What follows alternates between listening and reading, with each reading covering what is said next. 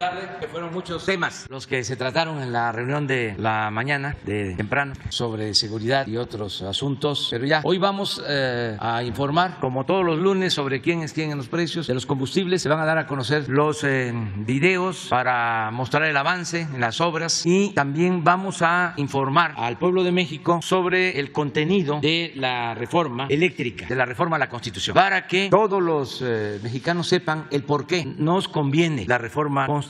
¿Por qué le conviene al pueblo? A quienes no quieren, porque a ellos les beneficia el marco legal actual, lo que fue la llamada reforma energética, que favorece a un puñado de empresas, a los potentados, a los que se sentían dueños de México, a costa del sufrimiento de la mayoría de la gente. Es exactamente lo que sucedía con el pago de impuestos, de cómo a todos se les exigía pagar impuestos, pero a los de arriba, que son casi los mismos, se les condonaban los impuestos. Esa es la forma más clara de explicar qué era la política neoliberal o neoporfirista. Bueno, en el caso de la industria eléctrica es algo parecido. Las grandes corporaciones pagan muy poquito por la luz y toda la gente, los usuarios, más de 40 millones de hogares y de usuarios en general, tienen que pagar más que los que tienen grandes corporaciones, centros comerciales, los que utilizan la luz con propósitos mercantiles, comerciales, económicos, financieros. Y el que tiene un foco, dos focos, tiene que pagar proporcionalmente más que los machuchones, que los de arriba. Entonces, todo esto lo fueron tramando para ir debilitando a la Comisión Federal de Electricidad, que es una empresa pública que no tiene propósitos de lucro, que es para servirle al pueblo, para que todos tengamos acceso a la electricidad. Entonces le fueron quitando el mercado y fueron apoyando a empresas particulares que sí tienen propósitos de lucro. Si no se hace la reforma a la Constitución, pues estas empresas terminan por apoderarse de todo el mercado eléctrico y nos pasaría lo que está sucediendo ahora en España, que las tarifas de luz para el usuario están por las nubes. Pero como allá las empresas tienen mucho poder, como querían mantenerlo aquí, empresas como Iberdrola, no pueden los gobiernos hacer nada, con todo respeto, porque parecen empleados. ¿Se acuerdan que Iberdrola aquí en México contrató a la secretaria de Energía y al expresidente Calderón? Bueno, pues allá en España, ayer, antier, acaban de contratar a un dirigente del PSOE, del Partido Obrero Socialista de España, de alto nivel. Lo nombraron vicepresidente de Iberdrola, a un político. ¿Qué sabe de la industria eléctrica? Nada, nada. Es para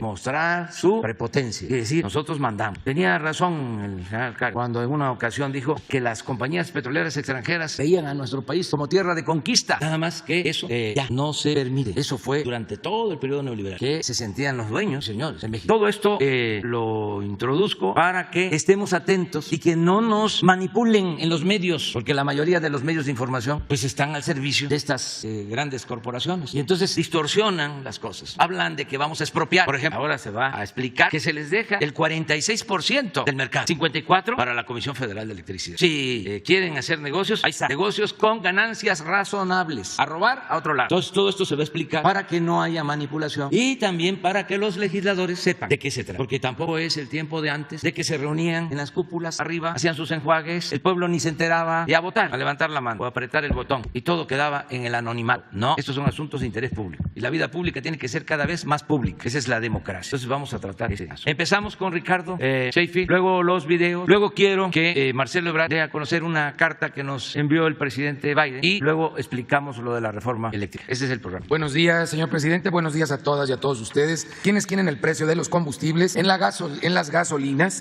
ya la mezcla mexicana de petróleo arriba de los $74 por barril. Por eso el incentivo fiscal para la gasolina regular ya cerca del 71%. Un subsidio muy importante que se está dando, un incentivo fiscal muy importante. Promedio de la gasolina regular en el país, 20 pesos 42 centavos, 22 pesos 44 centavos por litro la premium y 21.69 por litro el diésel. Las tres marcas que están dando más económico en promedio en el país en esta semana que pasó, Rendichica, Sorsani, G500, bien por G500 que regresa a ser la más económica en México, Reco, Chevron y Full Gas, ahora son las tres que en promedio dan más caro en el país. Para la gasolina regular, móvil con un margen de 3 pesos 25 centavos en Monterrey, Nuevo León, con un precio al público de 21.80 por litro, es la opción más cara comparado con los 16 centavos de margen de franquicia Pemex en Jiquipilas, Chiapas, un precio al público de 19 pesos 75 centavos por litro. Para la premium, la más cara, combustibles BP, 23 pesos 39 centavos por litro en Campeche con un margen de 2 pesos 87 centavos, comparados con 16 centavos de margen de franquicia Pemex en La Paz, Baja California Sur, 21 pesos 42 centavos por litro. Muy bien por esta gasolinera. En La Paz es difícil dar económico el combustible por los temas de logística. En el diésel, combustibles BP, el precio más alto, 23 pesos 17 centavos centavos por litro con un margen de 2 pesos 74 centavos en Zamora, Michoacán, mientras que franquicia Pemex con un margen de 20 centavos y un precio al público de 21 pesos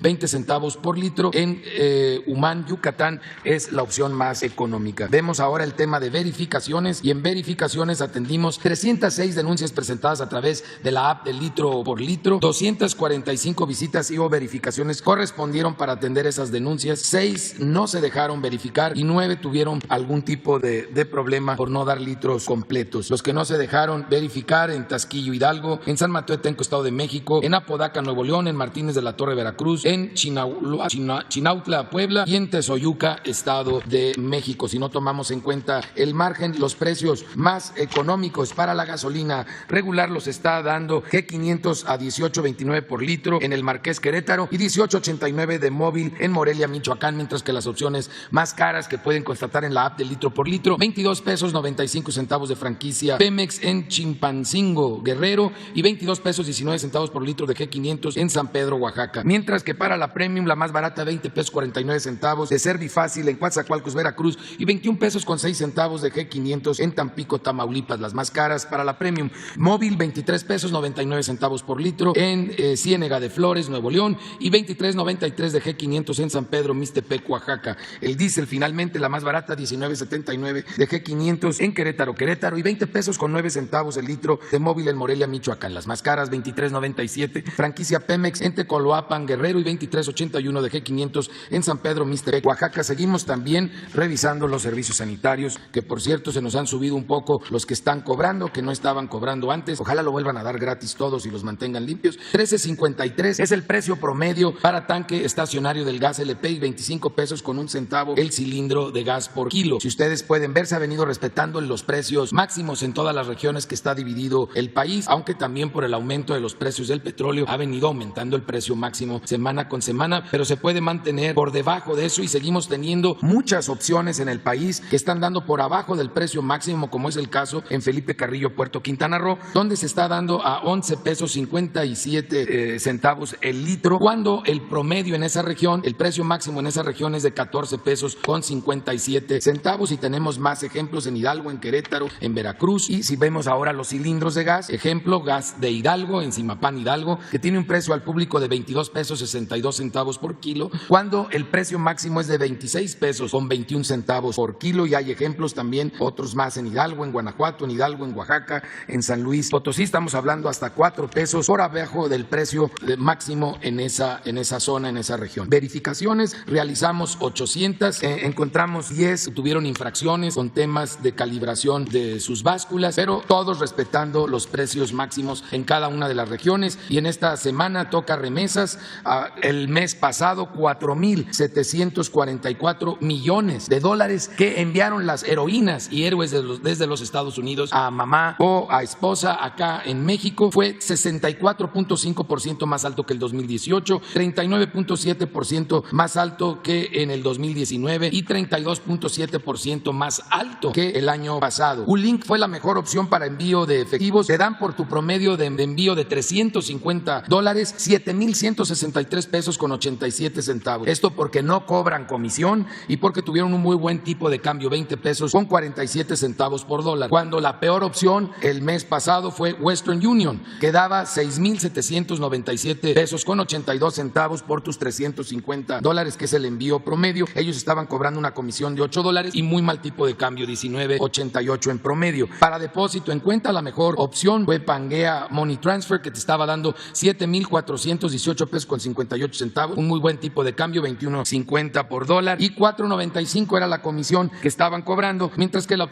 peor opción, Golden Money Transfer, estaba cobrando una comisión de $4.99 allá en Estados Unidos, pero muy mal tipo de cambio, 20 pesos con 5 centavos por dólar. Por eso por tus $350 te estaba dando 6.917 pesos con 45 centavos, y no hay variaciones en las ventanillas de pago de entrega de distintas empresas de este lado, del lado de México. Allá las heroínas y héroes deciden cuánto va a recibir su familia acá, escogiendo bien por quién envían ese dinero allá en Estados Unidos. Muchas gracias. Vamos con los videos. La Secretaría de la Defensa Nacional informa los avances en la construcción del Aeropuerto Internacional Felipe Ángeles al 11 de octubre de 2021. En la pista norte y central, plataforma y rodajes, se realiza el tendido de concreto de alta resistencia como parte de la estructura, así como trabajos para el señalamiento, colocación de bases y luminarias para los sistemas de luces. En la terminal de pasajeros, se ejecuta la instalación de escaleras eléctricas, aeropasillos, puertas automáticas, domos y fachada a base de vidrio. Además, la colocación de mármol y porcelanato en pisos de salas de última espera. En el eje troncal de circulación y obras complementarias, se efectúa la aplicación de concreto y limpieza de piso en la glorieta de acceso y parque anexo. Asimismo, se continúa con los trabajos en jardineras, colocación de adoquín y pasto. En la vialidad y barda perimetral, se continúan los trabajos de colocación de la reja galvanizada, así como el habilitado de acero para columnas. En la interconexión vial, tramo Caseta-Tultepec-Santa Lucía, se realizan trabajos del paso deprimido con respecto a la conformación de la estructura del muro de contención. A la fecha, se han generado 122.077 empleos civiles. Faltan 161 días de construcción. Es 8 de octubre y estamos sobre una de las torres de enfriamiento que se construyen en la planta combinada. Va el reporte de esta semana. Dentro de los trabajos de obra civil, se reporta la colocación de pórticos y anclajes de estructura en las torres de enfriamiento del área de proceso. De igual manera, se montaron los equipos acumuladores de domos de vacío en la planta combinada del paquete 1 y continúa la colocación de estructura de acero para soporte de equipos. Todas las subestaciones eléctricas avanzan en su desarrollo en la obra civil en las diversas plantas químicas. En el paquete 2, a cargo de Samsung, en la planta reformadora ya se encuentran instaladas las 2 primeras bombas de carga y continúan los trabajos en sistemas enterrados e instalación de tubería en toda el área de las plantas químicas. Con respecto a equipos fabricados en el exterior, se reporta desde Corea la preparación del embarque de equipos intercambiadores pertenecientes a la planta hidrotratadora de naftas del paquete 2 y también se ha embarcado los primeros módulos correspondientes a la planta UOP del paquete 3. En el área de almacenamiento, continúa la colocación de los domos geodésicos en tanques destinados a almacenar gasolina magna y se instalan tuberías de interconexión. En las 34 esferas de almacenamiento se realizan trabajos de soldadura en hemisferios y polos. En el área de edificios administrativos, se trabaja los sistemas de impermeabilización y jardines, y en el cuarto de control central se realizan trabajos de soldadura en estructura para cristales de la fachada, así como en los trabajos de obra interna para colocar las consolas de control y áreas de oficinas. En el laboratorio se colocó la losa de acero en los 4 módulos, y en el edificio de telecomunicaciones continúa la colocación de vidrios en la fachada. En el acueducto y gasoducto se continúa con el bajado y soldadura de tubería en sitio y peras de lanzamiento. De acuerdo al programa, continúa el armado y montaje de marcos de acero estructural en los distintos racks de integración. En el vivero se lleva a cabo el trasplante de plantas de ornato cultivadas hacia las áreas verdes designadas en la refinería. Tren Maya, reporte de actividades, semana 48 de 157. A lo largo de los primeros 4 tramos del Tren Maya, ejecutamos 302 kilómetros de terracería. Continúan los descubrimientos arqueológicos del Tren Maya. Debido a la riqueza de nuestro patrimonio histórico y arqueológico, el Tren Maya toma medidas para estudiar todo el terreno por el que atraviesa y proteger nuestra herencia cultural. Al día de hoy, hemos hecho grandes descubrimientos a través del trabajo arqueológico. El Tren Maya es una oportunidad única de investigación para vestigios que de otra forma hubieran permanecido en el olvido o expuestos al saqueo. Uno de los más deslumbrantes es el Sacbé de Cacalchen. El Sacbé, que significa Camino Blanco, es una vía pavimentada de 33 kilómetros, la segunda más larga reportada en el área maya. Cerca del área de Cacalchen, también hemos descubierto varias cavernas con cuerpos de agua. El lugar posiblemente se utilizó por los antiguos mayas. La caverna será estudiada por medio del registro geoespacial para crear modelos 3D, que servirán para conocerla de manera virtual, sin poner vidas humanas en riesgo. En todos estos lugares hemos encontrado monumentos arqueológicos tales como material óseo, cuchillos de pedernal, cistas, tiestos cerámicos, puntas de lanza, metates y piezas cerámicas completas. Todos estos descubrimientos se trasladan a los laboratorios en bioarqueología, arqueometría y restauración de materiales arqueológicos. A partir de los análisis se obtiene la cronología, así como datos sobre las actividades de las antiguas poblaciones humanas, todo lo cual ayuda a entender y completar la historia de la península. Al día día de hoy, hemos encontrado un total de 16.572 monumentos a lo largo de los primeros 4 tramos del tren. Estos monumentos son el legado de nuestra nación, las raíces de nuestra cultura. El Tren Maya ayuda a encontrarlos, estudiarlos, preservarlos y difundirlos. Los empleos generados por el Tren Maya ascienden a 87.575. El Tren Maya avanza. Construcción del tren interurbano México-Toluca. Reporte semanal. Vía, catenaria y obra electromecánica, 57.7 kilómetros. Avance, 45.2%. Colocación de catenaria. Continúa el tendido de cable de cobre sostenido por postes para conformar el sistema de catenaria que alimentará energía eléctrica a los trenes. Se han instalado 28 kilómetros en ambas vías. Instalación de vía. Continúa la colocación y nivelación de vía en el kilómetro 34. Se avanza en la instalación de soportes y canalizaciones para los subsistemas ferroviarios. Bitúnel. Continúa la construcción de muros de concreto al interior de los cuartos técnicos, que alojarán los equipos de operación y control en el portal México. Tramo 3, 17 kilómetros. Avance de obra civil, 53.3%. Frente 2, Carretera Federal. Continúa el colado de las losas de compresión y la colocación de acero de refuerzo para los tramos subsecuentes. PIP La Venta. Se continúa el corte con hilo de diamante en el extremo sur del antiguo puente La Venta. Las secciones de claro central, que ya fueron retiradas, son demolidas para su posterior depósito en zona de tiro autorizado. Frente 9, tercer cruce de la autopista. Se han terminado los apoyos para recibir las piezas metálicas del viaducto mixto 3. Arteaga y Salazar. Se continúa con la excavación y estabilización de taludes bajo la nueva vialidad para el paso del tren en la entrada a Santa Fe. Hondonada Zagarpa. Se coloca el concreto en la siguiente sección de la columna de apoyo para el viaducto en doble voladizo. Esta columna será la más alta de este frente, por lo que se requiere usar una bomba de concreto telescópica. El tren interurbano producirá beneficios importantes en el esquema de movilidad entre el Valle de Toluca y la Ciudad de México, con ahorros en costos de traslado, seguridad y tiempos de viaje. Secretaría de Comunicaciones y Transportes. El programa Istmo aprovecha la posición geográfica del Istmo de Tehuantepec para integrarse a las rutas del comercio mundial. Dinamizamos la economía regional con pleno respeto a la historia, cultura y tradiciones. A continuación se informa el avance de obras a 11 de octubre de 2021.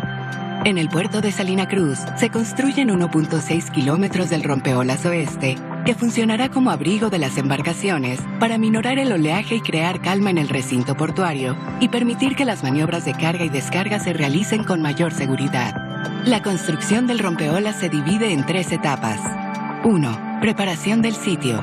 Se habilita el patio para el almacenamiento del material, que se obtiene de 3 bancos de piedra: Hacienda, Banco 5 y La Esperanza.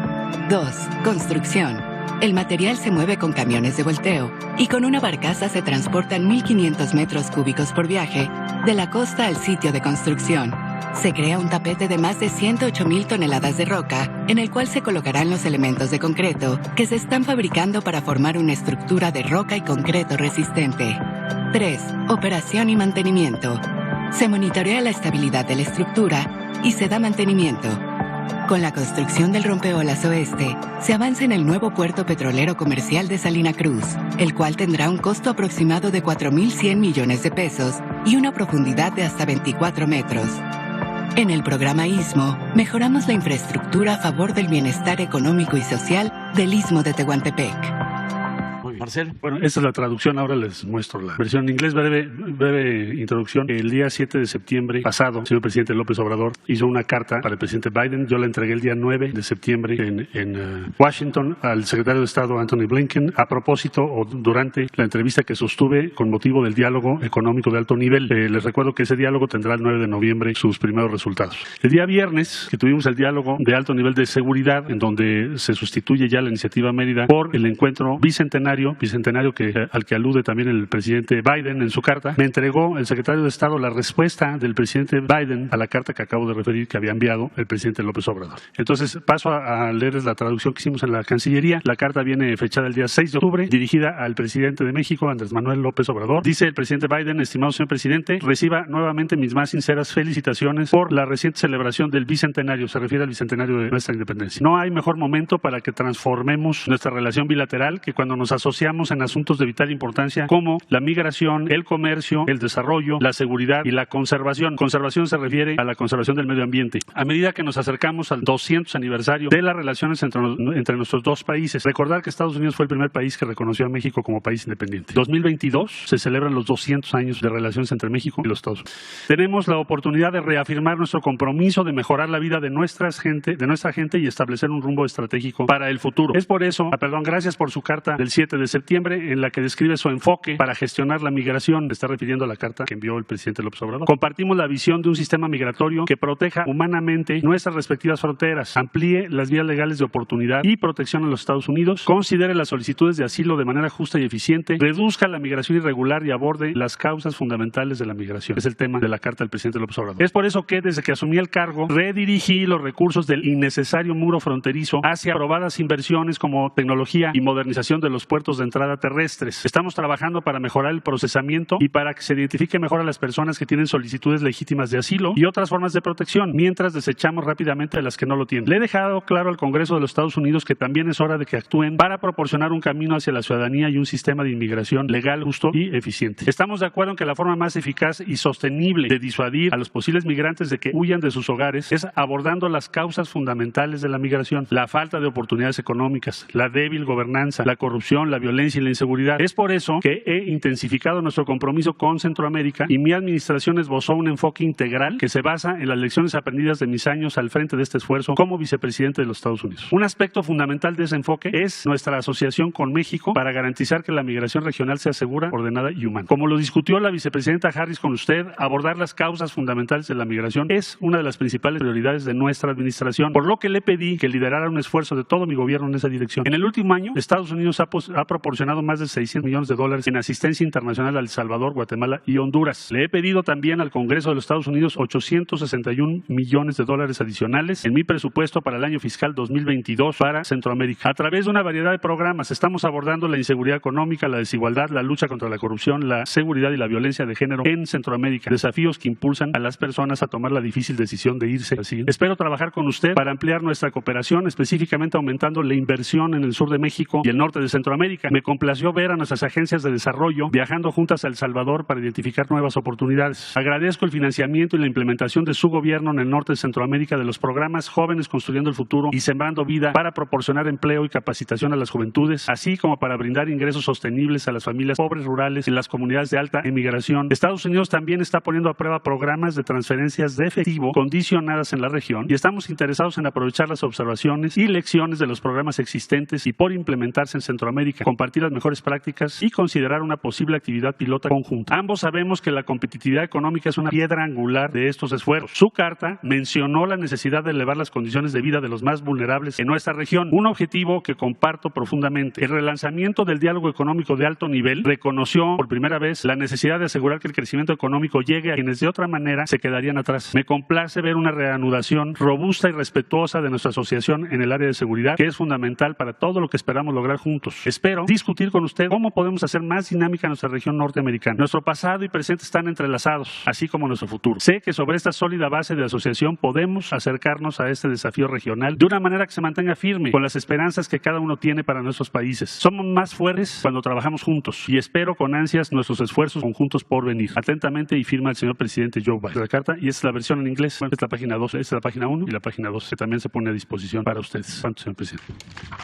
Buenos días, con su permiso, señor presidente. El pasado 30 de septiembre, el presidente de la República, el licenciado Andrés Manuel López Obrador, envió una iniciativa de reforma al Congreso de la Unión en materia de electricidad, materia energética en el área de electricidad. ¿De qué consta esa reforma? Es la modificación a los artículos 25, 27 y 28 constitucional. A su letra dice el cambio en el artículo 25 propuesto. El sector público tendrá a su cargo de manera exclusiva las áreas estratégicas que se señalan en el artículo 28 28 y que no constituirán monopolios las funciones que el Estado ejerza de manera exclusiva. ¿Qué dice el artículo 28? Pues que será correos, telégrafos, radiotelegrafías, minerales radioactivos, litio y demás minerales estratégicos, generación de energía nuclear, electricidad y la exploración y extracción del petróleo. También queda en resguardo que la CFE, dentro de los transitorios, pasará a ser organismo del Estado con personalidad jurídica y patrimonio propio y es responsable de la electricidad y el sistema eléctrico nacional, así como de su planeación y control. Será autónoma en el ejercicio de sus funciones y en su administración y estará a cargo de la ejecución de la transición energética en materia de electricidad. La CFE pasará de ser una empresa productiva del Estado a un organismo del Estado. ¿Y en qué consiste este cambio? En el 2013, en la reforma que hizo el presidente Peña Nieto, se le dio el estatus de empresa del Estado a la CFE para poderla dividir,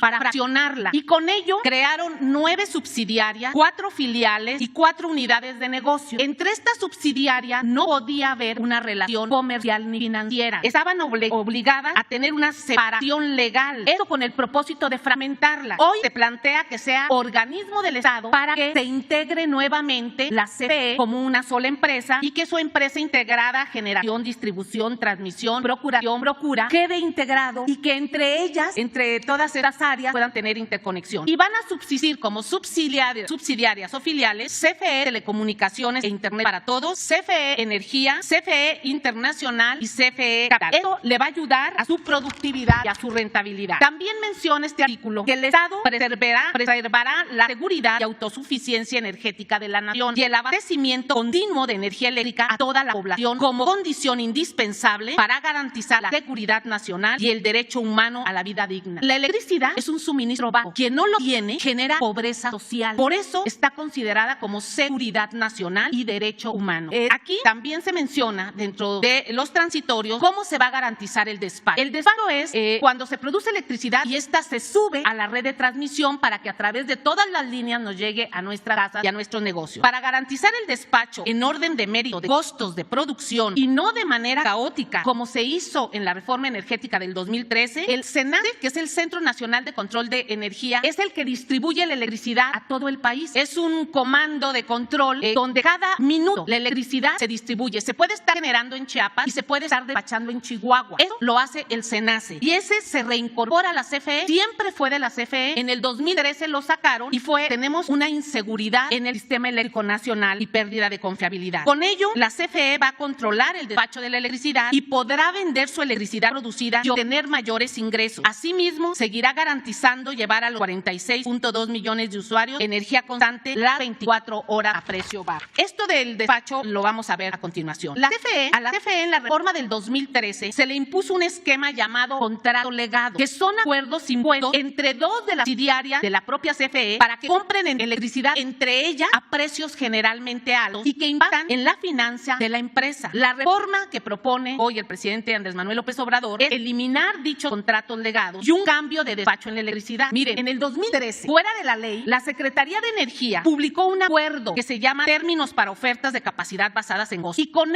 ese acuerdo, limitó el despacho de la electricidad de la CFE a la red de transmisión, incluso violando la ley de la industria eléctrica en su artículo 4, y con ello fijó el siguiente orden. Lo primero que se produce a las 8 de la mañana, se sube la electricidad nuclear, después la solar y la eólica, que son intermitentes, posteriormente la geotermia, posteriormente el gas, y hasta sexto lugar se enviaron a las hidroeléctricas. Al final, la térmica y el carbón. Esto se hace todos los días. En esta reforma eléctrica, el nuevo despacho de las centrales eléctricas primero serán las hidroeléctricas, porque es la energía más limpia y firme y constante y la más barata. Posteriormente, la nuclear, tenemos una planta nuclear. Después la geotermia, que utiliza el calor del suelo y es sustentable y que es de la CFE. Posteriormente va el despacho de la CFE, que produce a través de gas y térmica, para dejar las intermitentes como la eólica y la solar en el sexto y en el séptimo, y posteriormente el gas de privados y al final el carbón.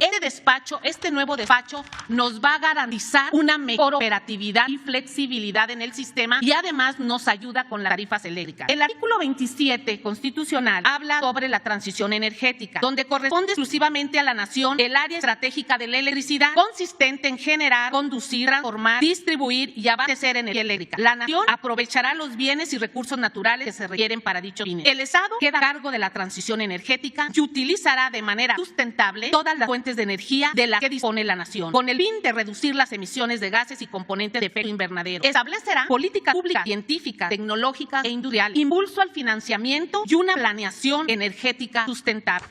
El artículo 28 señala sobre la seguridad energética. La CFE generará como mínimo el 54% y lo privado el 46% de electricidad. Esto garantiza a todos los mexicanos seguridad energética, donde la CFE mantiene la misión de servicio social y con ello las tarifas de la luz se podrán mantener a un precio por debajo de la inflación. Asimismo, entre el 54 y el 46% van a coexistir para poder suministrar el 100%. Y esto es lo que comentaba el señor presidente. Los privados van a estar en el mercado en el 46% y no se les va a nacionalizar ni nada, ni un tornillo ni una tuerca. Dentro de los transitorios se señala que las funciones de los órganos reguladores, como es la Comisión Reguladora de Energía y la Comisión Nacional de Hidrocarburos, pasan a ser parte de la Secretaría de Energía para garantizar una planeación adecuada en el balance energético y eliminar un exceso de burocracia. En el 2013, estos órganos reguladores estaban dentro de la Secretaría de Energía. Desde hace mucho tiempo ahí se llevaba y ahí mismo se lleva la planeación. Los sacaron y los hicieron autónomos. ¿Y qué fue lo que pasó? Por ejemplo, la red eléctrica tiene una demanda proyectada para todo el país de 52.500 megawatts, pero la CRE ha dado permisos por 134.372 megawatts, derivado de una falta de coordinación, ya que en la reforma del 2013 se crearon estos órganos autónomos con el solo propósito de extender permisos sin control y eso ocasionó vicios de corrupción y un desbalance energético severo. Por eso no podemos continuar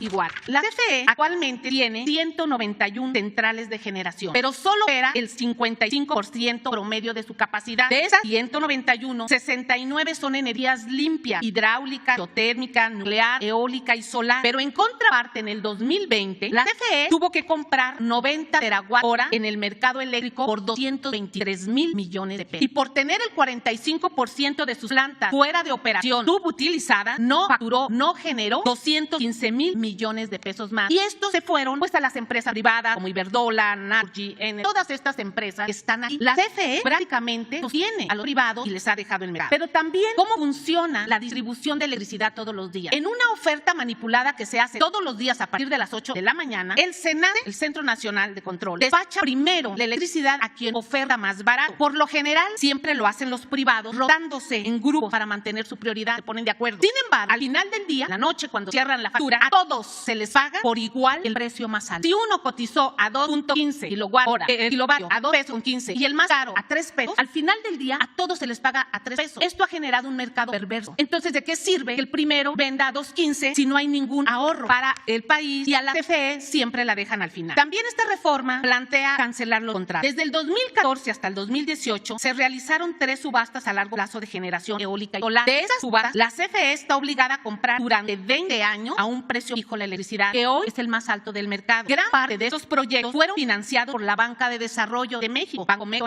haciéndonos creer que eran inversiones que estaban llegando. Pero también hay otro tipo de contratos que son los productores independientes. En estos últimos años se han construido 34 centrales privadas eléctricas. Bajo este esquema de productor independiente, donde la CFE está obligada a comprar su energía por 25 años para apalancar la inversión realizada por estos privados. Pero al final, después de los 25 años, la central les va a quedar a los privados. En ese modelo, la CFE está obligada a pagar el 100% de la generación, aunque le entreguen menos, que generalmente lo hace. Y el excedente lo revenden en otro modelo ilegal llamado autoabasto. Estos otros tipos de sociedades de autoabasto, en el 2013 se vendieron los permisos de autoabasto para que grandes fábricas produzcan su electricidad. Sin embargo, esto decayó en una práctica ilegal, creando un mercado eléctrico paralelo, donde simularon esos permisionarios tener socios de $1 y empezaron a vender electricidad utilizando las líneas de transmisión de la CFE e incurriendo en fraude. Esa actividad es ilegal. Hasta hoy hay registradas 239 centrales de autoabasto y de ellas hay 77,767 consumidores. Esas centrales no cuentan con el permiso autorizado de suministro básico de vender electricidad. Si hay 239 centrales de autoabasto, debería de haber 273 consumidores, nada más, 239 consumidores. Y hay 77,000. Dentro de estas centrales de autoabasto están grandes empresas como Bimbo, Kimberly-Clark, Oxxo, FEMSA, CEME, Walmart y otras más. Estas empresas no cubren el costo real del transporte. Se le llama porteo. Porteo de electricidad es el viaje de la electricidad sobre el cable de la línea de transmisión. Estas empresas se interconectan en la red creando inestabilidad y pérdida de de confiabilidad en el sistema. Y aparte, ganan incentivos de la CFE, entre otras cosas. Esta pues es una tabla de las empresas que tienen contratos de interconexión y que pues tienen una demanda contratada de más de 5 millones o 5,000 megawatts.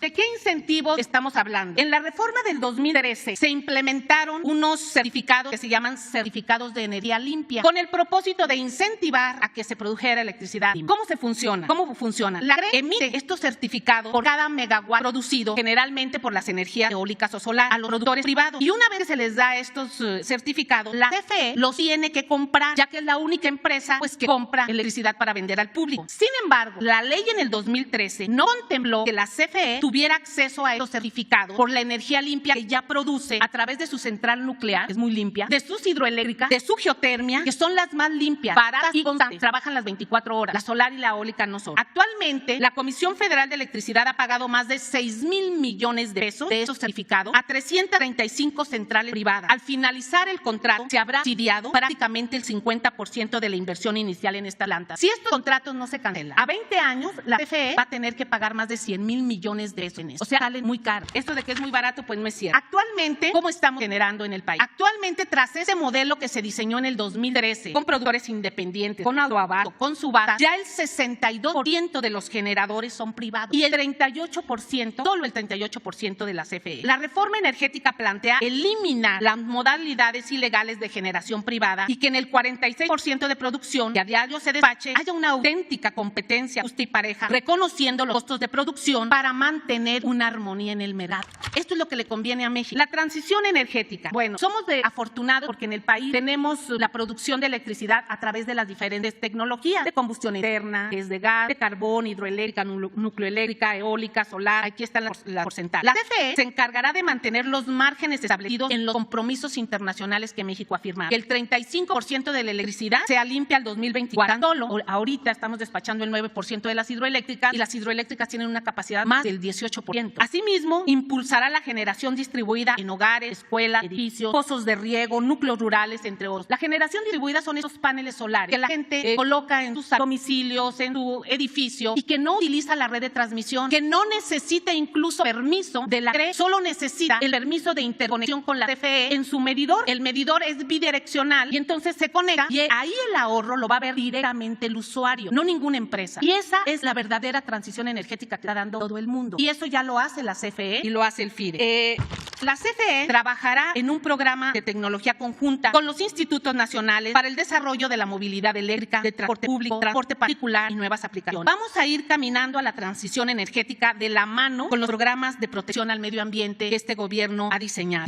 También vamos a ir de acuerdo con la innovación tecnológica mundial, porque la tecnología en transición energética es mundial, no es nada más de un país. Hoy todo el mundo camina hacia allá al que la tecnología avanza. Y esto pues va de acuerdo a las baterías de litio que apenas se están desarrollando. También esta reforma contempla el litio como mineral estratégico. El artículo 25 y 28 constitucional mencionan que el litio es propiedad de la nación. No se otorgarán concesiones y no constituirá un monopolio las funciones que el Estado ejerza de manera exclusiva en ese mineral estratégico. La iniciativa lleva 9 transitorios, pero en el 6º transitorio, artículos transitorios, menciona las concesiones mineras ya otorgadas por el Estado mexicano y por las cuales ya se está explorando o explotando oro, plata, cobre y otros minerales, se conservan en los términos que fueron otorgadas. Sin embargo, estas concesiones no amparan la explotación y producción de litio. A las concesiones mineras ya otorgadas por el Estado mexicano y en que a la fecha existen antecedentes de exploración de litio debidamente avalados por la Secretaría de Economía, no les será aplicada la restricción referida en el párrafo anterior. Eso es lo que consiste esta reforma, pues que es a beneficio de todos los mexicanos. Si me permite, señor presidente, mostrar una gráfica sobre la tarifa eléctrica. ¿Me ponen la amplían, por favor?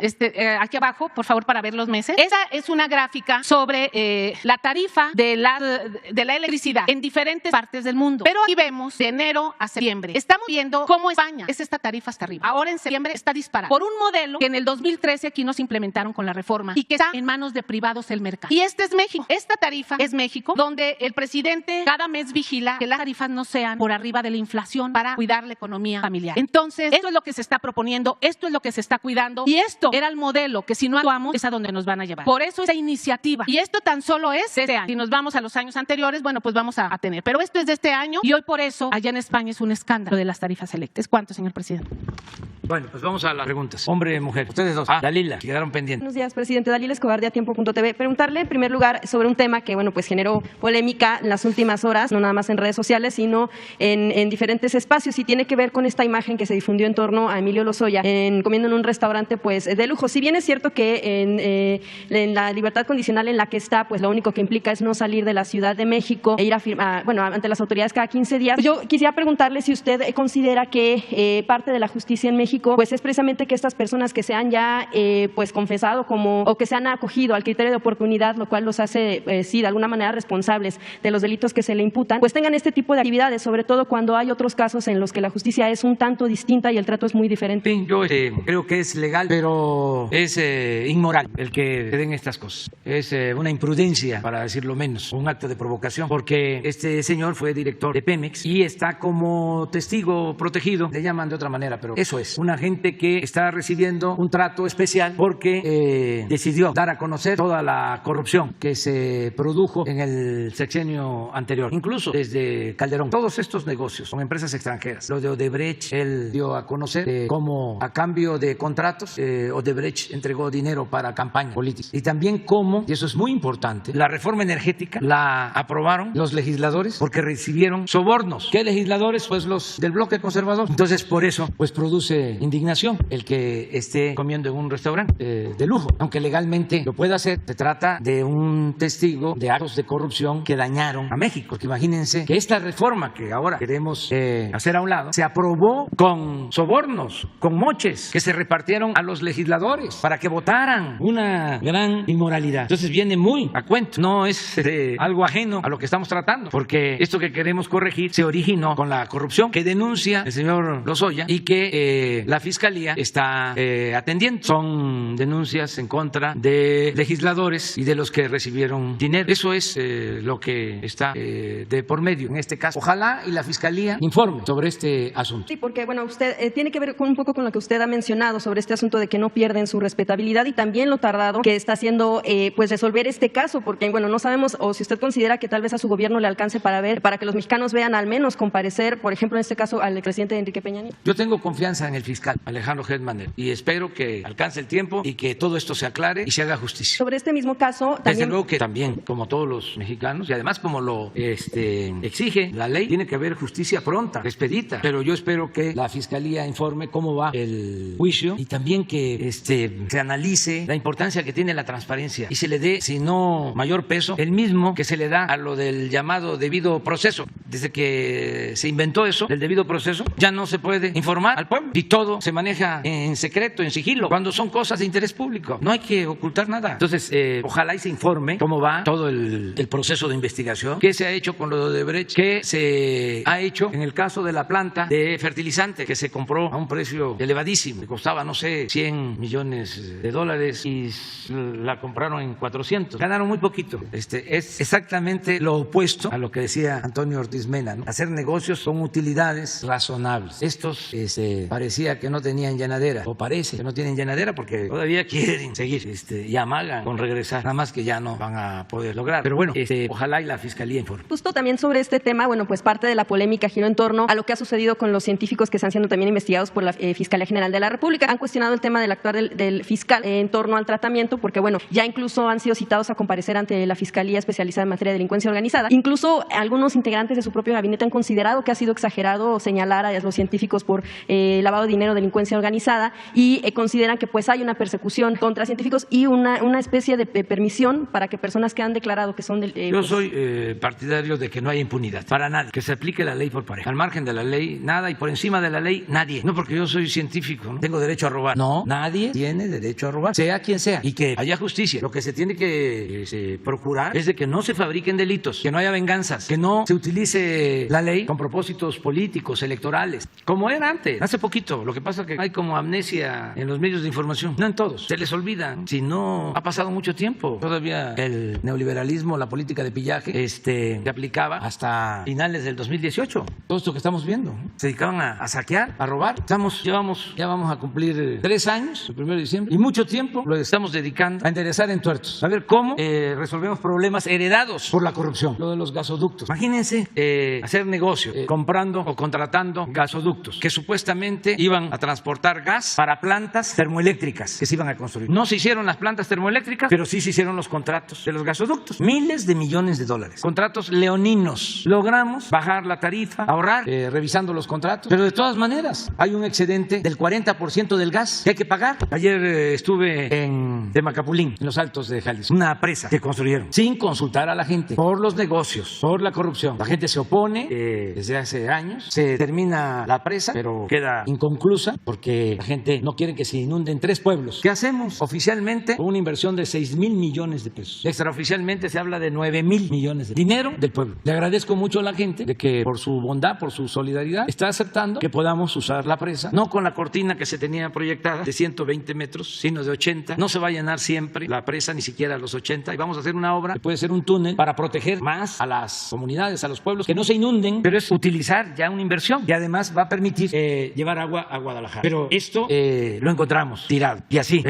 todo el negocio que tenían de la compra de la medicina, el negocio de los reclusorios, pura robadera. Vergüenza les debería de dar, con todo respeto a los de Oxxo. ¿Cómo van a estar a través del Reforma en contra de la reforma energética? Si es inmoral lo que están haciendo, ¿cómo van a pagar menos por la luz que las familias de clases populares o de clases medias del país? Si los Oxxos son un negocio, tienen una utilidad, ¿por qué abusan? Además, lo voy a decir, el año pasado les cobramos 10,000 millones de pesos de impuestos que no querían pagar y que debían. Y ese es su enojo. Ya se acabó la robadera. Y ellos pueden estar financiando y apoyando a intelectuales orgánicos y pueden estar apoyando a partidos conservadores y a medios de información, pero nosotros no llegamos aquí para hacer tapadera de nadie, menos cómplices. Nosotros llegamos para acabar con la corrupción, para que haya igualdad. México es de todos, no es de un solo grupo, no es de una minoría. Entonces, eso es lo que está en cuestión. Y ya muchos empresarios lo han entendido, muchos, pero otros no quieren, y hay toda una guerra sucia en contra del proceso de cambio, de transformación que nos conviene a todos, hasta a ellos mismos, porque si se acaba con la corrupción, si se acaba con la impunidad, va a haber justicia, y si hay justicia, hay paz, hay tranquilidad, y eso nos conviene a todos los mexicanos. Entonces, es interesante lo que está pasando en nuestro país. Entonces, en torno al tema de los científicos, no es que en México haya una persecución a científicos en general. Es que habían de estos señores, señoras, con todo respeto, quienes estaban abusando. Bueno, es lo mismo que esto. Dinero del presupuesto público, que aquí ya se informó, se entregaba al CONACYT, pero el CONACYT se lo transfería a estas empresas. Dinero de todos los mexicanos. Empresas que tienen recursos para pagar sus investigaciones. A las mismas empresas estas. Y igual se derrochaba el dinero y se utilizaba para propósitos que no tienen nada que ver con la innovación tecnológica ni con la ciencia, sino nada más que eran grupos que tenían privilegios, como castas divinas en lo intelectual, en el periodismo. Nada más, imagínense cuánto ganaba, y todavía, pero ya le bajaron. Un periodista famoso, otro día estaba yo viendo unos reportajes de los periodistas más famosos que tienen que ver con México. Y no es guerrilla, como dirían en mi pueblo, pero ganan como 20 veces más que yo. Sí, gana uno, estaba yo viendo que ganaba 600, decía el periódico, ¿no? Habría que ver si es cierto. $650,000. Sí, una cantidad, estamos hablando como unos 20, como 6 millones, 5 millones de pesos mensuales, algo así. Es una cuestión excepcional, pero sí había unos que se llevaban mínimo 1 millón al mes. Entonces, mucha desigualdad, y eso puede suceder cuando se trata de asuntos privados, pero no cuando se trata de asuntos públicos. Es como al que acaban de contratar ahora los de Iberdrola. Ese sí, me acuerdo que son 440,000 euros le van a pagar al año al dirigente. Y decía un opositor que no tenía ninguna experiencia en industria eléctrica, que ni sabía cómo leer un recibo de luz. Entonces, esa es la corrupción. Entonces, que no haya impunidad para nadie, que sea parejo, y que no se fabriquen delitos y que no haya venganzas. Gracias, presidente. En un último tema, en torno al tema del aeropuerto, que es de Tulum, pero que va a ser en Felipe Carrillo Puerto. En el Programa Municipal de Ordenamiento Territorial, Ecológico y de Desarrollo Urbano de este municipio, bueno, pues tuvo luz verde en los primeros días de septiembre, y pues va de la mano justo también con la construcción de este nuevo aeropuerto. Sin embargo, después, unas semanas o días después, la Semarnat envió una información en el que decía que se habían encontrado irregularidades que propiciarían el deterioro ambiental inminente en algunas zonas. También que, bueno, pues entre los lineamientos hay cambios de uso de suelo para permitir e incentivar crecimiento urbano con efectos negativos en términos ecológicos. Entonces, solo preguntar si con esto que encuentra la Semarnat, o que fue lo que difundió días después, con este tipo de autorizaciones y la llegada de un nuevo aeropuerto, ¿cómo van a atender este tema de pues las observaciones que está haciendo Semarnat en torno a este tema de deterioro que pudiera haber en la zona? Se va a cumplir con todos los requisitos. Ya se está atendiendo. Es un aeropuerto nuevo que se va a construir en Tulum, pero en terrenos de Felipe Carrillo Puerto. Es en los límites de Tulum, del territorio de Tulum con Carrillo Puerto. Ahí los ejidatarios de Felipe Carrillo Puerto tienen 100,000 hectáreas, y lo que se va a adquirir para el nuevo aeropuerto son 1,200 hectáreas. y ellos están conformes y les agradecemos mucho. También debe de haber alguna inconformidad porque pensaban algunos que iban a hacer su agosto, como era antes, vendiendo todo a precio elevadísimo, robando. Entonces acá los ejidatarios, que son originarios de Carrillo Puerto, de la antigua Chan Santa Cruz, donde se llevó a cabo la resistencia de los mayas. Por eso me da mucho gusto que son originarios. No son hombres de negocios, entre comillas, traficantes de influencia, corruptos, de gente buena, que nos está ayudando. Me mandaron a decir que ellos apoyan la transformación y que me apoyan y que por eso daban todas las facilidades y que quieren ellos también tener participación en otros terrenos que van a estar cerca, que pues, esta obra va a ayudar mucho para el desarrollo urbano. En todos los casos se está poniendo orden, está a cargo de toda esa región Román Meyer. En cada tramo del Tren Maya hay un responsable. En el tramo 1, que va de Palenque a Escárcega, es Javier May, el secretario de Bienestar, el responsable. De Escárcega hasta Campeche, es el tramo 2, la responsable es la secretaria de Medio Ambiente, María Luisa Albores. En el tramo 3, que es de Campeche hasta Izamal, el responsable es el director del Instituto de Antropología e Historia, Diego Prieto, porque es el tramo con más vestigio de arqueología. El tramo 4, que es de Izamal a Cancún, el responsable es Óscar Arganes, secretario de Comunicación. Y el tramo 5, que es de Cancún a Tulum, es Román Meyer, porque se está dando un trato especial. También adelanto que se va a ampliar la zona de reserva del sitio arqueológico de Tulum, lo que es el actual aeropuerto de la Marina, se va a integrar con otros terrenos y se va a crear una zona de reserva adherida al sitio arqueológico de Tulum de 1,000 hectáreas para que se pueda tener un centro de recreación sin construcción de ningún tipo, solamente caminos para hacer ejercicio, para contemplar la naturaleza y para bicicleta en toda la zona de reserva, porque el propósito es ese, es cuidar el medio ambiente.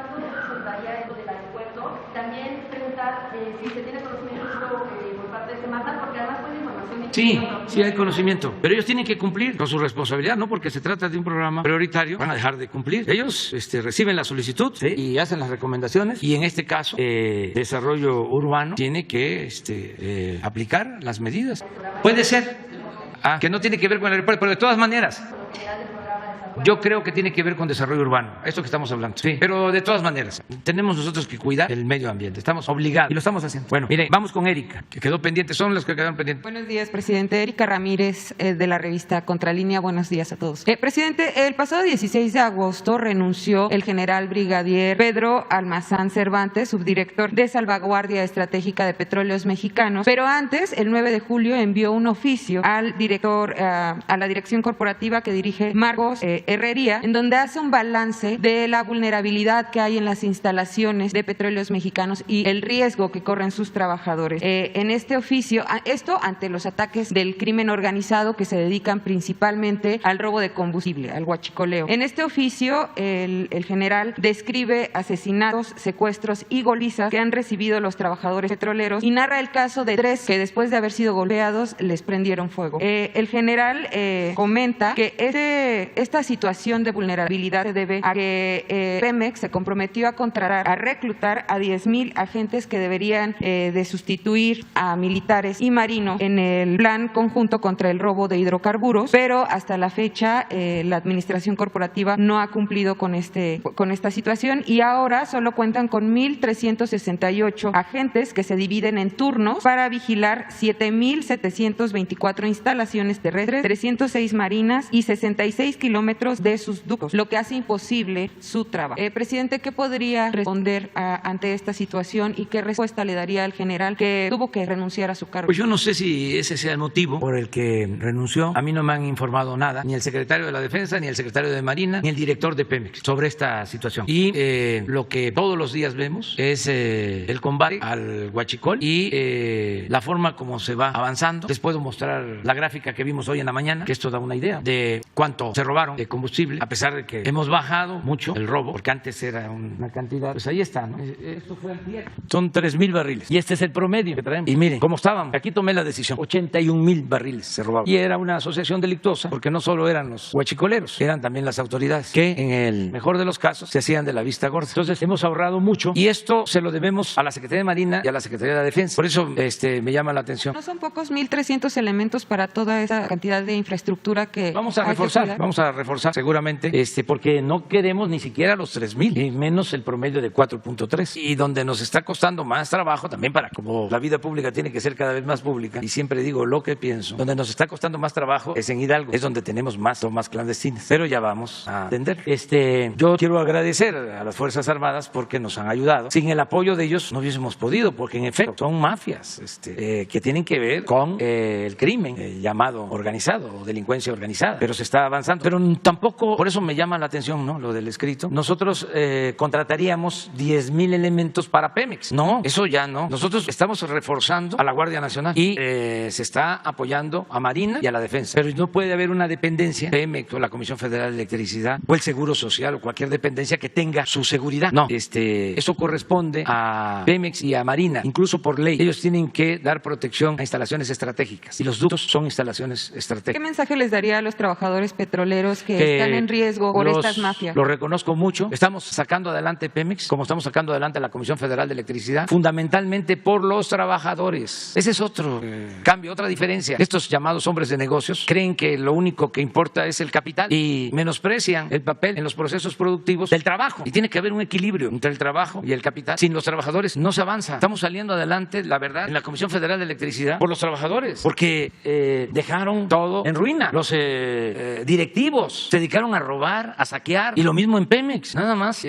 lo que salvó a estas empresas y al país es que la gente dijo basta. Imagínense si hubiese seguido los mismos gobernando, ¿cómo estaríamos? ¿Cómo estarían las finanzas públicas? ¿Qué hubiese pasado con la pandemia? En general, yo hubiesen terminado de destruir a la Comisión Federal de Electricidad. ¿Cómo estaba Pemex? ¿Cómo lo recibimos? Las refinerías convertidas o a punto de convertirse en chatarra. Ya estaban vendiendo las plantas de las refinerías. Vendieron plantas. Más no les dio tiempo. En el caso de la producción petrolera, 14 años ininterrumpidos de caída. 14 años. ¿Y qué nos dijeron con la reforma energética que se aprobó mediante sobornos? De que íbamos a estar produciendo el doble de lo que se extraía a finales del 2013, principios del 2014. Puras mentiras, pura corrupción. Entonces, los trabajadores nos han ayudado muchísimo. Trabajadores de Pemex, trabajadores de la Comisión Federal de Electricidad, y se los agradecemos. Y estamos pendientes para protegerlos siempre. No están solos. Presidente, en Contralínea publicamos un trabajo sobre el nuevo modus operandi del huachicol y que ya investigan a la transnacional Trafigura y a la empresa mexicana impulsora de productos sustentables por emplear grandes embarcaciones para robar combustibles a petróleos mexicanos. Documentamos que en estos simulacros opera una red empresarial que incluye a empresarios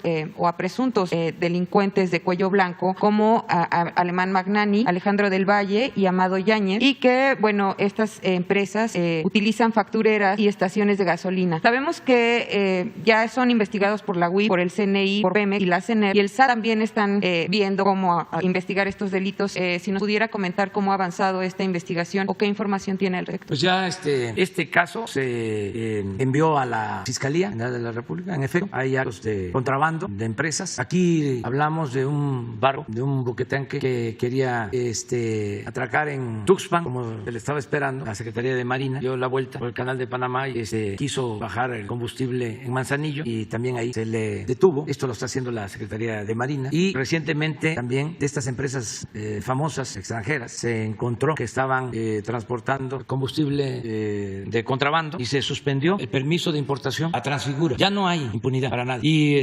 no es estar en contra de la iniciativa privada o de las empresas o que se haga negocio. No, al contrario, queremos impulsar la actividad empresarial. Lo estamos haciendo, pero tiene que haber orden y se tiene que acabar con la corrupción, porque eso perjudica a todos. Antes, ¿quiénes hacían los negocios? Pues los que tenían influencia. Nada más los dos últimos sexenios. Empresa favorita en el gobierno de Felipe Calderón, Repsol de España, y desde luego esta Iberdrola. Si se hace una auditoría de Repsol, empezando por el contrato que les entregaron sin licitación desde Los Pinos para comprar gas del Perú, Repsol como intermediario, porque en España no hay gas, un contrato de más de 20,000 millones de dólares, que luego lo cancelan porque empieza a bajar el precio del gas en Estados Unidos, ya no les convenía traer Manzanillo del Perú. Ese es un negocio. Otro negocio, el contrato para explotar gas en Burgos a Repsol, miles de millones de pesos del presupuesto público. ¿En qué se benefició el país? Tercero, la venta de acciones que tenía Pemex en Repsol, que tenían un precio, vende Pemex las acciones y al poco tiempo se van a las nubes. Buen negocio para Repsol, mal negocio para Pemex y la Nación. Estoy hablando nada más de tres, pero al rato me acuerdo de otros. En un sexenio,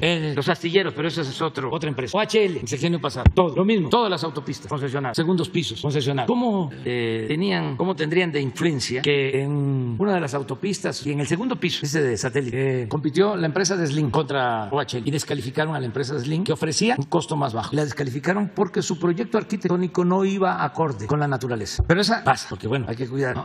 La imagen urbana. Una autopista de Tlacomulco, hacia acá, el centro. Lo mismo, ¿quiénes compiten? OHL y la empresa de Slim. La de Slim ofrece un costo más bajo. Resuelven que ganaba en puntuación OHL. ¿Y cuál fue el punto que decide? De que la empresa de Slim no tenía suficiencia financiera para darle el contrato. Todo esto que les estoy diciendo está en documentos, se puede probar. Eso ya no sucede, ya no va a seguir pasando. Y vamos a seguir revisando todos estos contratos que entregaron y desde luego que no se va a permitir el contrabando. Por eso también se está renovando aduanas, porque dominaban los puertos y ya se tomó la decisión que los puertos estén controlados por la Marina. Y ahí no solo es contrabando, sino también drogas. Y ahora hay control en los puertos por la Marina. Y luego las aduanas, ya también. Aduanas terrestres, la Secretaría de la Defensa. Aduanas marinas, la Armada de México. No se va a permitir la corrupción. Y yo espero que todos ayudemos, porque lo que produjo la crisis de México, sin ninguna duda, fue la corrupción. Nada ha dañado más a México que la deshonestidad de los gobernantes y la corrupción. Eso siempre lo he dicho, no es una pandemia, es una peste. Entonces todos tenemos que ayudar. Por eso vamos saliendo